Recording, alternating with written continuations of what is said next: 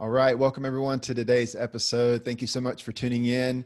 Today we have special guest Chris Burns with us. Chris has been seeing an amazing revival happen in a bar in New Orleans, and he's going to share some of the amazing things God's doing. You may know Chris as a worship leader, songwriter, and a preacher, and it is such an honor to have him with us today. Look, if you're new to the Presence Pioneers podcast, welcome. It's so good to have you. We want to help you host and experience the presence of God. We believe God's presence changes everything. And so we provide little short Bible teachings on this podcast, as well as extended interviews and conversations like today to try to help you and encourage you. So please subscribe to stay in touch with us, however you're tuning in today. You can also visit our website at presencepioneers.org. You can visit all of our previous episodes up there, get the show notes. You can make a donation to our ministry and learn more at presencepioneers.org. All right, Chris, welcome to the podcast today. So excited to be with you, man. Be with you guys. It's an honor. Yeah, it's an honor to have you. Well, look, I'm going to read your bio real quick here. Chris is a worship leader, revivalist, preacher, and has traveled extensively throughout the U.S., Asia, Europe, and the Middle East with songs, worship, and preaching. You've got 7 worship albums. You authored a book called The Pioneers of His Presence. So it's great to have you on the Presence Pioneers podcast.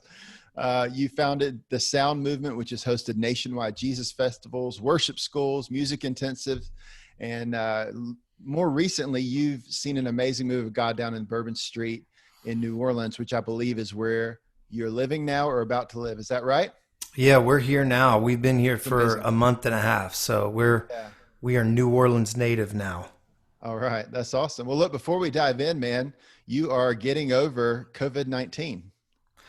I am. And that's crazy. How are you feeling? It really kicked my butt, man. My family was perfectly fine. So I joke with my wife, much like Christ took the affliction upon himself for the betterment of all others. That's my Christ-like character has been shining through. Not one of my kids has been sick. My wife's been perfectly fine. And then here I am, 2 weeks of just being smashed by this thing. So I'm finally coming around.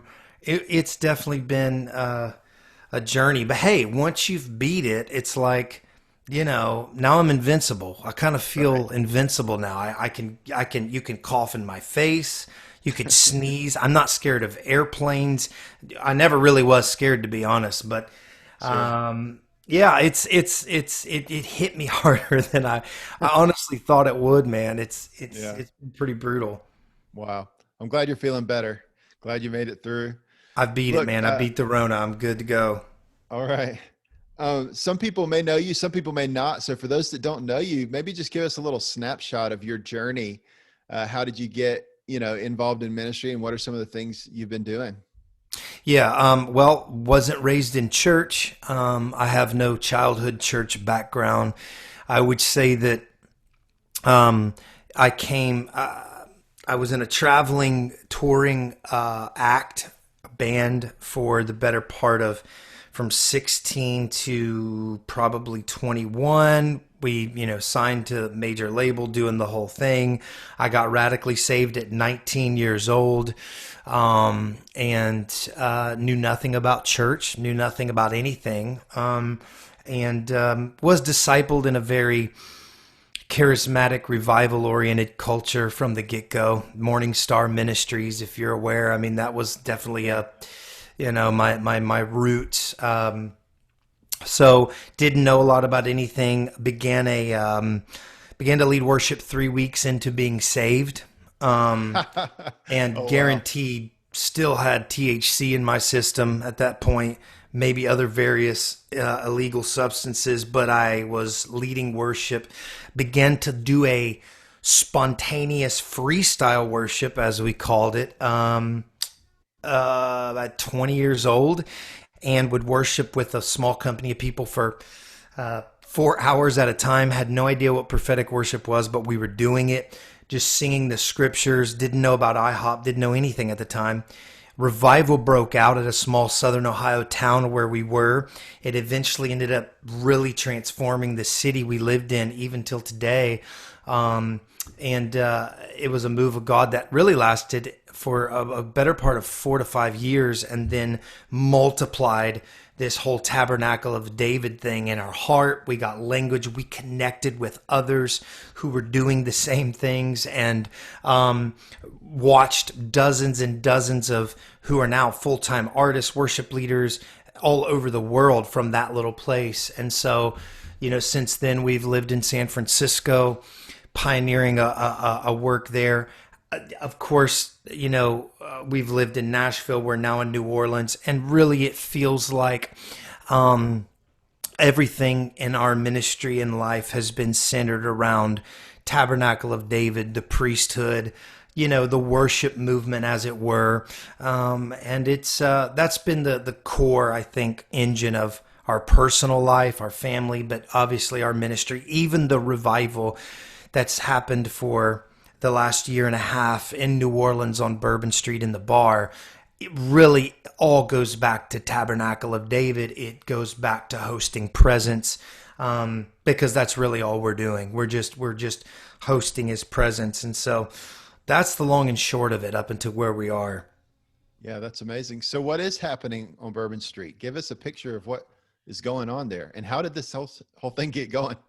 Well, I think it has to start. I have to start that and preface it with our journey to San Francisco, man, because the truth is that, in 2015, the Lord, really 2014, the Lord began to speak to us about this language about a Jesus movement, and I would say that my language I'm in a period of changing even some of the ways I speak and use language regarding revival, outpouring, awakening, all that. It's maturing or gaining clarity, but and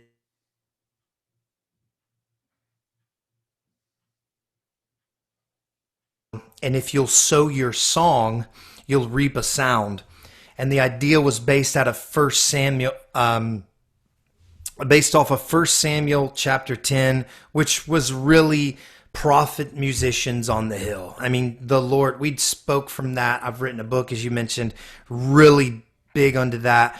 But the Lord said it's time to live that scripture. So we go out there, we shut down a lot of our itinerant ministry and really just focused on being prophets on Hippie Hill with music.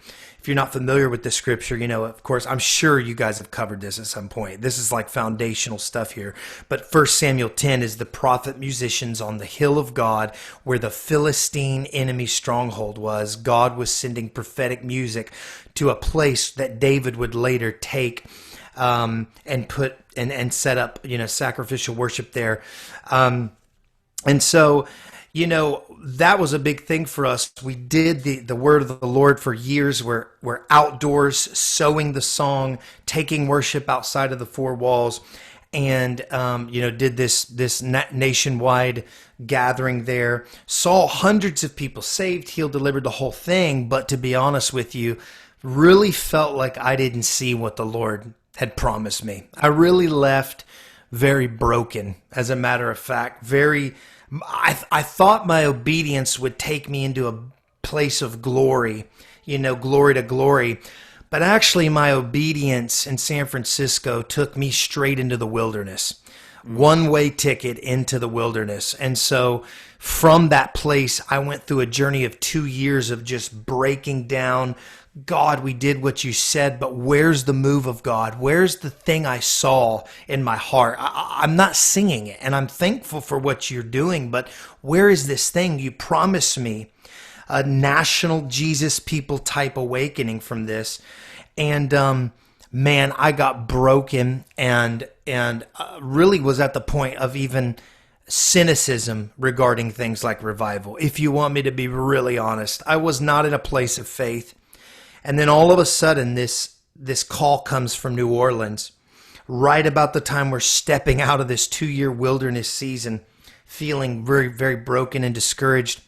Wasn't looking for revival. Matter of fact, was so cynical towards even the idea of outpouring in revival that I kind of was even wondering, do I change my theology, especially with all the deconstruction language out there, right? In today's world.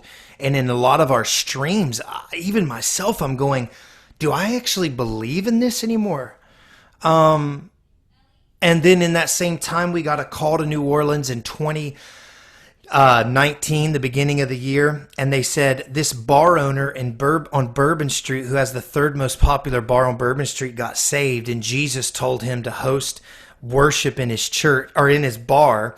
Would you want to come? Because God spoke to us that you're the person to kick it off. And I said, sure, why not?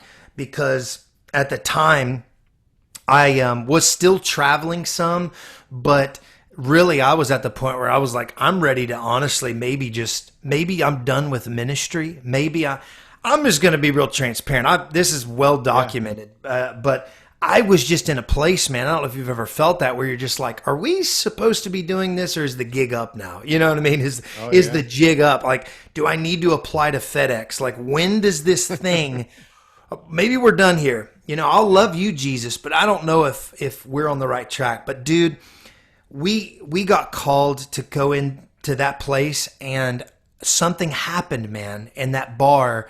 It was like everything I'd sown that was underground and I couldn't see in a moment sprang up. And I truly saw a promise fulfilled.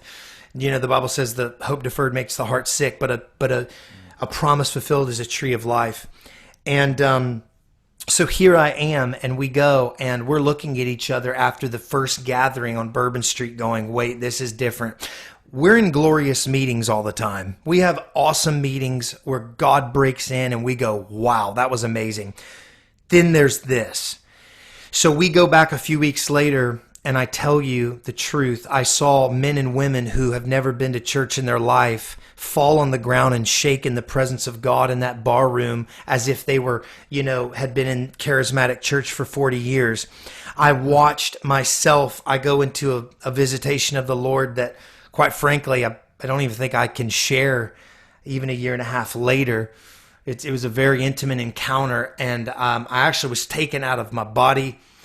You got to remember, this is from Mr. Cynical himself, right? Yeah. I'm laying on a barroom floor for hours. All my strings broke. No music's happening. The whole bar is groaning in intercession.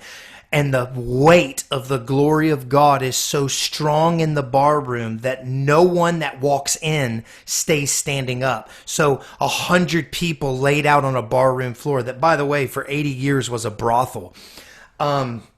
So we're in this place, and God says, this is the thing I've promised you. It's here. It's here. This is the move I've promised you. And I'm taking over. I'm sowing revival into this city like leaven. And it starts here, right in the French Quarter, right in one of the darkest places you've ever been. I mean, bro, strip clubs right there, naked people walking down the street, debauchery of every sort, witchcraft, voodoo right in your face, not behind closed doors, witches, warlocks, you name it. I've got a lot of stories from the last year and a half. But all that to be said, here we are in the middle of this move of God, and it just increased. And so all that to be said, man, I have testimonies for days. Salvation, we've baptized people. I'll never forget looking out over the crowd one of the revival nights, and we have people hanging out the windows. We have people coming. Usually we have about 15 to 20 different states represented. But a lot of times we had a crew one time drive from Virginia, like 14 hours. They couldn't get into the room because the room was so packed. And I mean, look, you're a preacher, bro. You know ministry, like, we love to exaggerate. We are like, that's the biggest like white lie in ministry, is like the gift of exaggeration as preachers. You know, we love to do it. But let me tell you something. For the first time in my life, I feel like there's really no need to exaggerate what God's doing, because he's actually doing it. And so all that to be said, man, I've been incredibly overwhelmed. My heart has been refreshed. I think the first few months after the revival first broke out, I wept every morning, just weepy and tender and soft. And the Lord's renewed my my heart. And I remember looking out over the crowd one day as people are hanging out the windows. You can't get in. And I wept because I knew the Lord said, this is the thing that I gave. This is the thing that you've been waiting on. And so, dude, we've baptized people on the street for the first time in the history of New Orleans. It's never been done on Bourbon Street. We literally have crowds of people, hundreds gathering around a bar, watching us baptize people who have been saved that night. It's the presence of God, bro. It's not good preaching. In fact, I've tried to preach in these meetings and it never works. It goes over like a lead balloon. We just host God, we worship, and that's it. I never have a song list. I hate it. It's miserable, bro. Like, prepare well so that you can flow. We've written books about it. Prepare well so that you can be spontaneous. Yeah. I get it all. Guess what? It doesn't work here. I'm a nervous wreck every time before we meet because I'm aware of my own need for the Lord to come and show up. And secondarily, understanding that my gifting literally cannot steward this. Only my surrender can. Only my intuitive obedience to every moment of leading in this move of God. It's the only thing that will work, my surrender. So I would just say, man, my whole theology's been shifted on it. I don't believe this is a visitation of the Lord for some good meetings, get a few people saved and get some cool testimonies and then get back to business as usual. I think that actually this is a wineskin and a wine that is really declaring, I'm here to habitate and transform this entire city. And to speak out what's possible really in the whole world. So just to bring you up to speed where we are now in the move of God, it was prophesied to us at the beginning of the year that we would own the bar. Now, keep in mind, there's never been a church on Bourbon Street. Furthermore, there's definitely never been a move of God like this on Bourbon Street. So we said, okay, then do it, Lord. And actually, funny, Kevin Prosh was the first one to prophesy this out of nowhere. He would hate me if he knew I was telling everyone this, but he doesn't have social media or anything anyway. He prophesied the address of Saints and Sinners Bar where we're at to us and said God told him he's given us a key. We are now in the process of owning the bar on Bourbon Street. It will literally be a full-time revival center, house of prayer, missions, sending. We feed the poor and the homeless every single week. So our umbrella of this revival is multifaceted, but the core of it all is hosting the presence of God as a priesthood and showing forth the face of the Lord to those who don't know him. Man, this to me is Acts 16. It's Song of Solomon 5.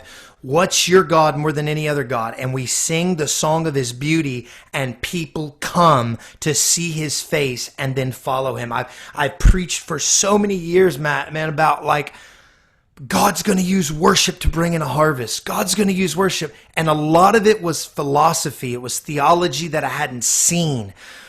I'm seeing it. I'm watching a harvest be reaped simply from the song of the Lord coming forth in a place. That's incredible. I love it, man. So amazing. I mean, so you're literally just setting up in a bar, you're doing worship. How are people hearing about it? Are people wandering in off the streets? Are people being invited? Yeah, I think the church is hearing about it from natural ways, from social media, such word of mouth. Right. I can't tell you. There's two types of people I've seen. Christians, first of all, that are coming. The two types of Christians and believers that come, and they do travel from. Really, we've had people from different countries at this point. I think some people it's an anomaly, it's gimmicky. Like, oh, you're doing worship revival in a bar. Like, this is new. The two types of people that come, I would say the majority are people who are just hungry and they hear about it and they go, I've got to see what this is all about. They come to experience, but also they get caught up in there's such a gift of hunger, bro. Like as a worship leader, you know the idea of like when you step into a place and you do worship and you feel like you're plowing, you're like, dang, that was a plow. And then there's other times where you're encouraging people and you're leading them, and sometimes it's easy. This is to the 10th degree. Leading here is the 10th degree of easy, because it is the easiest place to lead ever. And as a matter of fact, into 2021, we're going to have a lot of people come and lead. Maybe you'll be one of those. But I know that there's another small group of Christians that come to kind of observe. And they're like, hey, I've been to Brownsville. I've been to Toronto. I was at this revival. Let's see what you got. And these people, while they admit, man, this is a move of God, it almost takes a shift of their paradigm to see what has it's almost surreal, because you're in this bar and people are coming in with their drinks and they're coming in wearing scantily clad clothing, and you're like, what is going on? But the glory is so strong. It's like this, it's almost like this paradigm thing that just gets smashed. As far as people coming in that are unbelievers, listen, they're not following me on social media. There's homeless people coming in getting saved. We've actually started a homeless church just from this move of God that happens on Tuesdays, where we feed them, and hundreds of homeless come, and the guys who are being impacted at Bourbon Street Revival are now preaching the gospel to their other homeless people. But also, the majority of people getting saved, bro, are people that are literally coming into the bar because they think it's the best party on Bourbon Street. And I kid you not, bro, like all these other, I'm just going to be real, God bless them, but most of the other musicians and bands on Bourbon Street, it's like, it's the same old thing. They're cover bands. It's pretty lame. Right. But when they come into our bar and Jesus is there, they don't realize at first. They think it's a party because people are going nuts. They're jumping. It's crazy. We're the most packed place. They come in with their beer. I can't tell you how many times I've seen them they come in with their alcohol. They're hanging out. And then they realize, oh my gosh, this is a Jesus thing. And they almost every time are on their knees, weeping, crying. Jesus is real. Oh my God. They're giving their lives to God instantly. We're doing the Acts 16 model, which is do worship in the prison, and they come to the place of worship like the jailer and say, what must I do to be saved? This is our model of evangelism. It's worship, minister to the Lord. They hear the worship and come and say, what must I do to follow this God? This is the new model, man, that I think could really be a whole new day, an age of a harvest that comes from the foolishness of worship. It's like they hear the gospel in a whole new way. They experience it. So they're just coming in off the bar. And I mean, this might offend a lot of people, but if we own the bar, unless the Lord really speaks otherwise, we might change some of the ways we do things, but we're not going to turn it into a church. It's already a church. It's just one that sinners come to. The truth is, if we turn the bar once we own it into a church, I fear no one's coming in anymore. Again, we're going to feel the Lord out on that, and this isn't a hard and fast thing, but I'm really feeling like Jesus is saying, I'm comfortable, Chris, in a bar. I'm quite okay with this guy coming in to drink booze. I'm okay with that for now.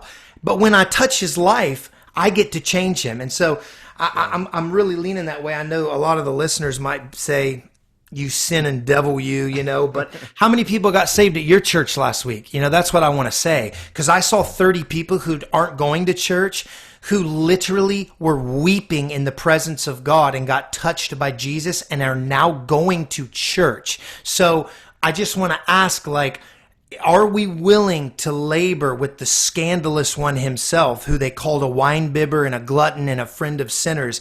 Guys, he's hanging out in a bar on Bourbon Street. And to be clear, bro, we're not engaging in, this isn't like super seeker sensitive, relevant church where we're having a brew with the guy that come in a Bible study. Right. No, that's not what we're doing. We're doing wild, extravagant, radical prophetic worship, and people's lives are being changed. Yeah, So that's amazing. That's so awesome. What's going on, man? Praise God. I wonder. You mentioned a new model, and that was kind of going to be a question I was going to ask. Is what do you feel like God is saying through this in terms of maybe ways that we can approach worship and prayer moving forward? Because I'm seeing increasing number of expressions of public worship and prayer, especially worship, not necessarily hardcore spiritual warfare intercession, but worshiping Jesus, inviting his presence in public places. I know you've been doing it for years. The Awaken the Dawn movements, doing tent gatherings. There's Sean's other, out there right now doing yeah, stuff. Sean's out doing public worship right now. So there's stuff all over. I feel like it's almost like a wave of something God's trying to release. Do you feel that too? That It it's has to something God's be. wanting to do way beyond Bourbon Street? It has to be. Dude, it has to be. Like, look, here's the bottom line. Like, it's a declaration from heaven that worship is.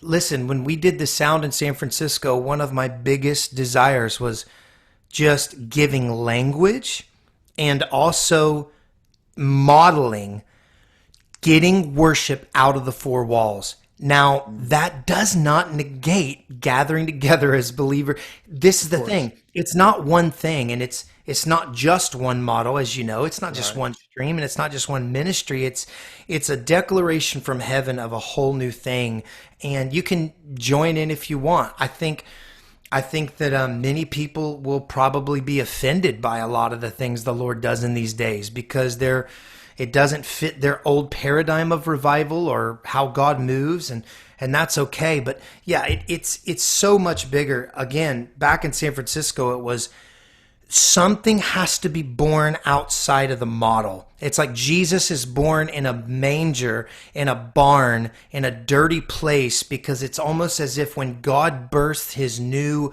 fresh things, they don't seem to always fit inside of that old structure we have. Furthermore, if you think of the Jesus movement and how it pushed forward worship and music and that whole deal, dude, like it was not born inside the church.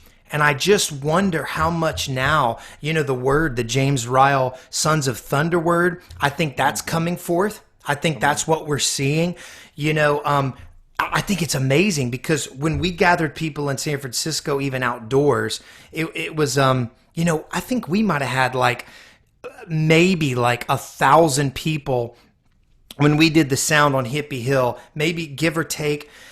And when we did that, the fruit was just overwhelming. But it seems like since that seed of that time, it's like like you said, I mean, look, Awaken the Dawn's doing it. We see Sean now with this massive force of outdoor worship. There's little nuances that are different in different places, but the truth of it all to me speaks that it's happening everywhere. People are taking the presence of God in worship outside of that normal thing. And I think it's going to birth something, bro, that actually is a whole new. I don't think it's a sound just for the church, man. I think it's a sound for the harvest. Like people are going to be, it's not the songs we're singing even. It's the sound of our lives coming through the songs. It's the presence of God on the worship that's calling people in. And yeah, this is a moment. This is absolutely a moment for worship to be expressed outside, and it is a whole new model. And I remember hearing, just to close that up, I remember hearing years ago at a big conference we actually did. I actually organized this burn, one of the best burn moments of my life. We did Chicago. The stadium there. I don't know if you remember this. Jesus Culture did their first conference at one of the giant stadiums in Chicago. I forget the name of it. I remember that. Okay. And they did a conference, but they had asked the Burn to come do a prayer room in one of the big rooms of the arena. And it was like, just to be honest, it was the coolest thing about it. Sorry, Jesus Cult. Love you. Love all the great speakers. But if anyone was there and remembers, There was a glory on that burn prayer room, dude, and Perigo was there. I remember a lot of the old school burn guys. You would walk into that room and almost fall over in the glory. People didn't even want to go back to the main conference because of that. And I remember hearing a amazing man of God who's no longer with us, but who deserves the utmost respect and reverence and honor. He said, and this guy, by the way, has led so many people to the Lord that, like, it isn't even, you can't even shake a stick at it. This guy says, we don't need worship when we go after the harvest. We need the straight, simple gospel. And while his life had proven that, I remember thinking, what do you do with a Noah generation who's been asked to build something for something they've never seen before? And I think a lot of times it's hard for the older generation or those who are in the last move of God to see the new thing because they go, I've seen the fruit of what works.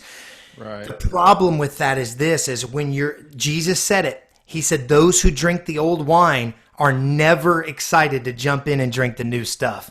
They never are. And I remember thinking there's a new thing happening right under our noses right now. And if you refuse to see it, you might not get to experience it when it's going full blast. And to that end, I just want to say that I think what we're seeing now, the model, if you will, that's coming into the earth, it is so simple that it offends. It's a stumbling block. And the irony of it is Jesus is the cornerstone in Mount Zion that is the stumbling block to the religious.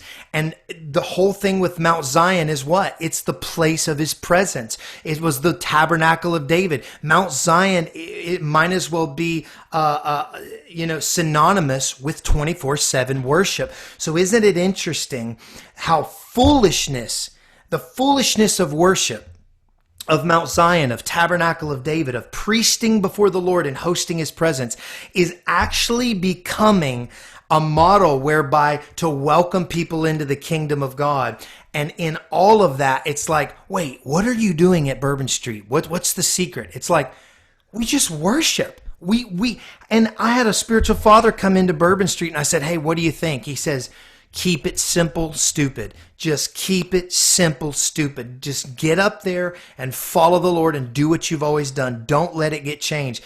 I remember even Prosh telling me, man, he said, don't let this thing change from how it was birthed. Keep it simple. And I think revival and outpouring would be sustained so much more often when God gives us those visitations. They would turn into habitations if we would stay with the thing that got us there in the first place. And in this case, it's worship. So it's happening, bro. So it's just amazing. happening. Yeah, it's awesome. And I feel like with the season of 2020 and COVID and everybody getting locked down, I think it's in many ways, I'm seeing more outdoor worship and prayer than I've ever seen on a grassroots level. I mean, we've mentioned a number of them. I also thought about Jonathan Tremaine Thomas and Civil Righteousness are doing these things called Hope Rallies, where it's just outdoor worship and prayer. And it's every ministry has its own flavor, but God's sending the church out really with the presence of God. And it's amazing to see. I mean, the Tabernacle of David, that was part of it, right? Is it was out in the open, right? The presence of God was accessible. It was accessible. It was literally a tent. So the presence of God was out there. I mean, and so that's what we're seeing. Acts 15, right? Restoring the Tabernacle of David, that all mankind may seek the Lord. It's that presence of God that leads to the harvest, which we've been talking about for years, but we're seeing it. Don't you think that we're pregnant with a worship movement 50 years old?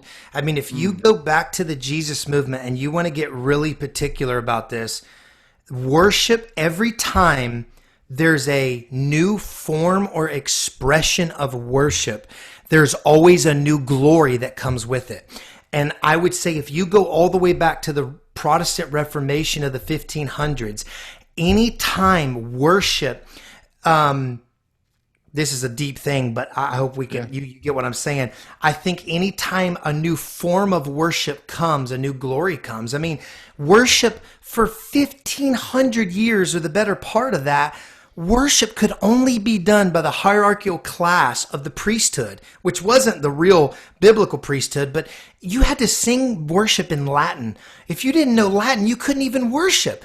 This is the John 4 dilemma of the woman going, I perceive you're a prophet, so I got one question for you. Is my worship to God valid? This is the question of a generation. Is my worship valid, or do I have to sound like this worship artist? Sound like this? Is my worship valid, or is it only belonging to a hierarchical priestly class? I think when God brings a new form of worship, he does it outside of the confines of our structure. The Jesus People movement, we didn't have drums in church. We didn't have electric guitars. We didn't have songs that actually were cool. We sang psalms and hymns off the, and furthermore, some of the greatest hymns were bar tunes. I mean, Amazing Grace is a pub tune, bro. If you look at the history, the words were, of course, not from the bar tune, but the tune itself was a bar tune. Many of the hymns were Welsh drinking songs. I mean, I think it's scandalous when God does a new thing. We're in that moment right now. We're not waiting on that moment. I'm not going to do the prophetic. It's coming. Listen, it's here right now.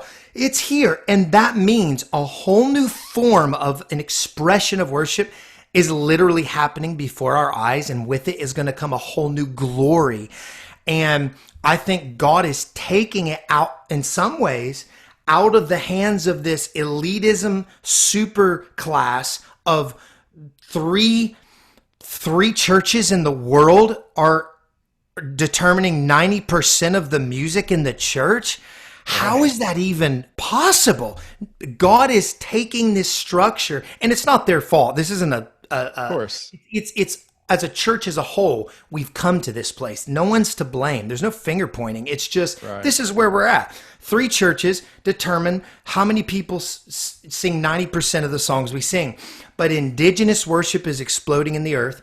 It's going to happen outside of the church. There are people coming. I'm telling you, I'm prophesying to you. There are literally worship leaders and young men and women you've never heard of who are about to shake everything. People are going to go, I have never heard anything like this. I remember when I got saved, I'm listening to CCM, bro, and I'm getting rocked. I'm listening to Michael W. Smith, M-Dub himself. I'm listening to Like a Rose, Crucified. Bro, it's the lamest music I heard in my life before I got saved. I get saved, I'm weeping. But guess what? I heard Morning Star Prophetic Worship, Susie Yari, Don Potter. You want to know what happened to me? I felt like I just fell into a stinking black hole portal into another universe. I'm like, CCM is awesome, but what is this? That's what's about to happen. I'm telling you, there's going to be people that have no Instagram following. I'm serious. They're going to have 100 followers, and these people are going to play, and they're going to embarrass us with the presence of God they carry. While we were out worrying about our followers and our worship records and getting a hit song and blah, blah, blah, there's going to be some kid, some young girl, young guy who's going to come out of nowhere, out of a cave of Adullam and literally start worshiping. And we're going to go, oh, I forgot that's what real worship sounds like. And it is going to shake, and I can't wait, frankly, because it's already happening right now. And where they couldn't get to the big stages of Christendom, they'll go to the parks and they'll go to the highways and the wilderness byways and they'll sing, and people will come despite them not having a Twitter following. It'll be a John the Baptist type thing, and they'll come to hear this thing because it will carry more than a good song or a catchy chorus. It will be the sound of a whole new wine that God's pouring out to get a harvest, and the lost will come and the saved will come. And I think that's a big thing we've got to focus on, that this new thing God's pouring out, listen, it's not just for the church. It's going to attract the hearts of the lost. He is going to call the remnant to seek his face, as Amos 9 says.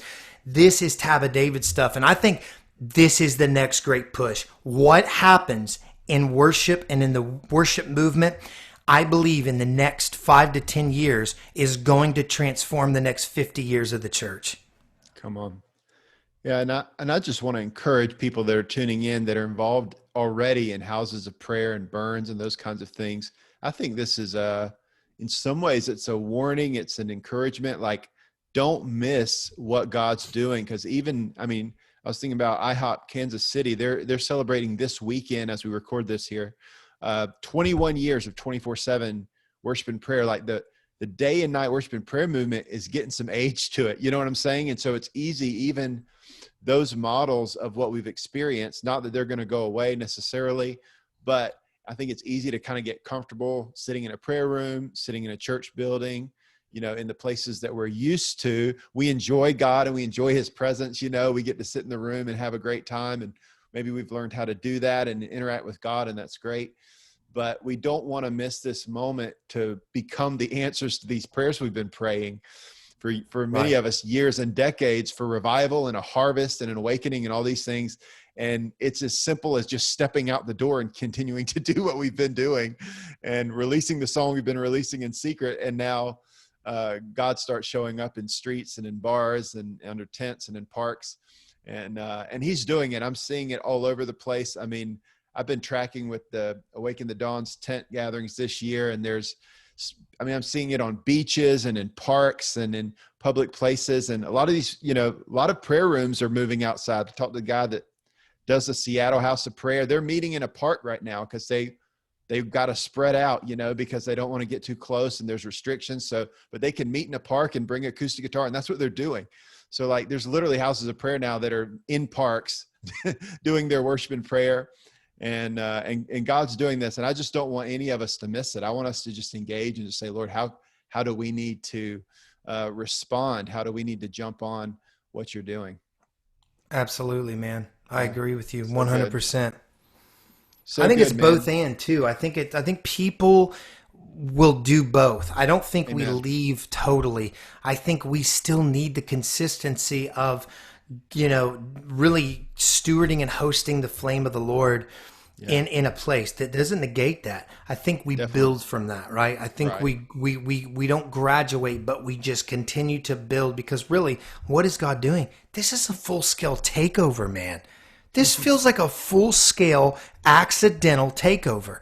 And so, I'm with you. I think God is getting people out, and it could be any 16-year-old kid that just says, let's take our instruments, go to the street. And if you guys haven't, I want to encourage you, this would be a good time to read the Sons of Thunder Prophecy. The Sons of Thunder Prophecy was given by a man named James Ryle, founder of Promise Keepers. So many people have a reference point. But this guy had a prophetic dream that, and of course, knowing Lou Engle for many years, and we've talked about this many times, but the Sons of Thunder Prophecy, you guys need to look this up, because it's happening right in front of our eyes. So it's exciting. It's exciting. We'll be sure to link to that in the show notes so people can find a link and click through and read that. That's amazing. Well, look, Chris, anything else, man, that you'd want to share as we get ready to wrap this up? Anything else you want to say to the Presence pioneers who are tuning in to the worship and prayer movement? Yeah, man, let me just say this. I want to encourage you guys to I want to encourage everyone towards, obviously we've been talking about going outside. We've been talking about all these things, taking your worship. But let's just remember this, that if we don't have, if we're not singing to him in secret, man, it's for nothing.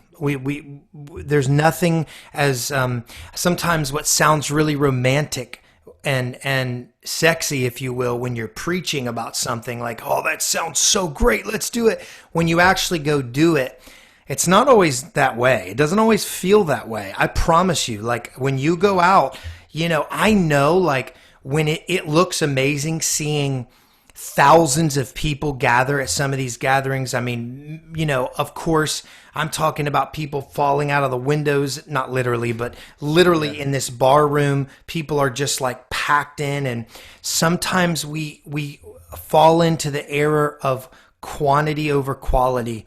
And I just want to encourage you guys that not everything is as it seems. Unfortunately, social media in some ways has perpetuated the idea that when things look a certain way, that must mean that God is behind it or God validates it because there's many coming.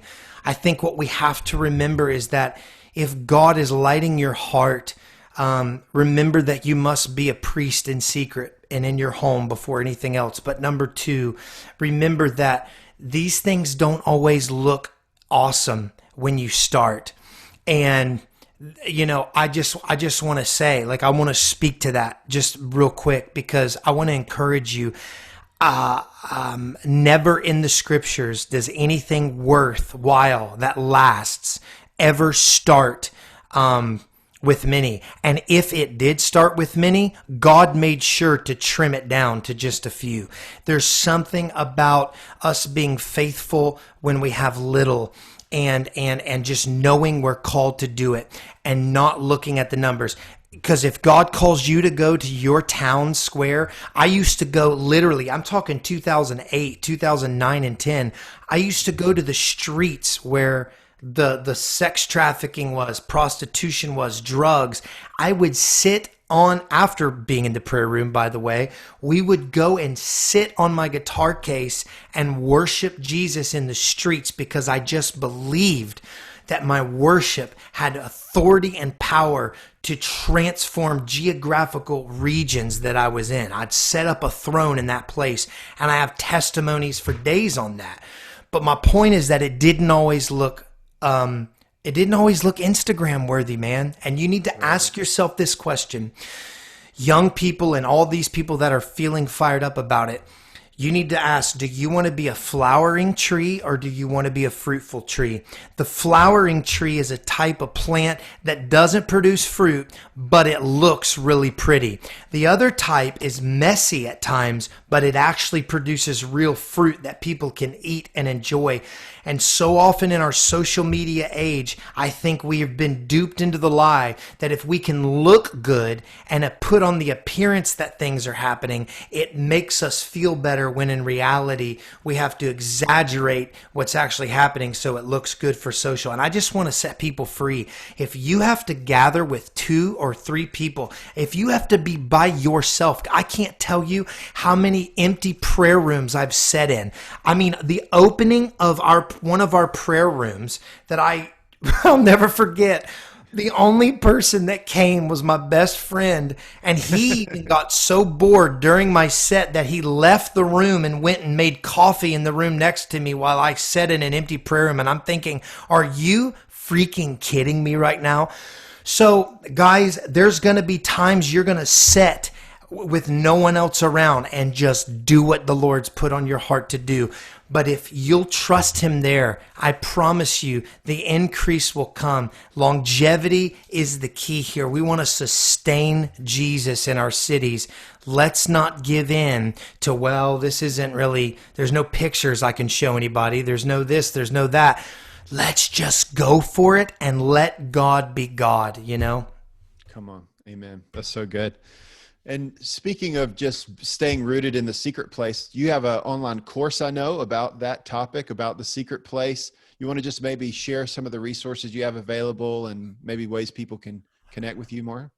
Yeah.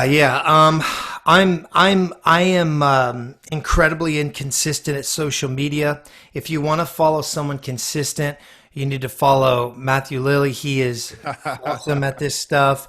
I have a love-hate relationship with it, but you can follow me on social media and I might poke in from time to time.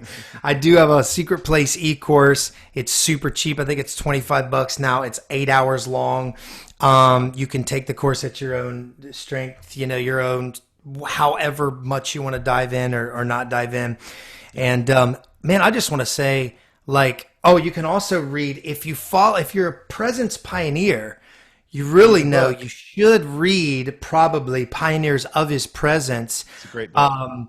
I think I might have stole this from Matthew and hurried up and wrote the book and put it out before so I could try to get the Presence Pioneers thing.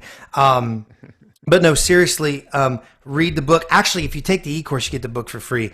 But Ah, all that to say, come to Bourbon Street. Man, if you guys are listening and there's nothing like being there, period. That's just it. There's just nothing like experiencing it.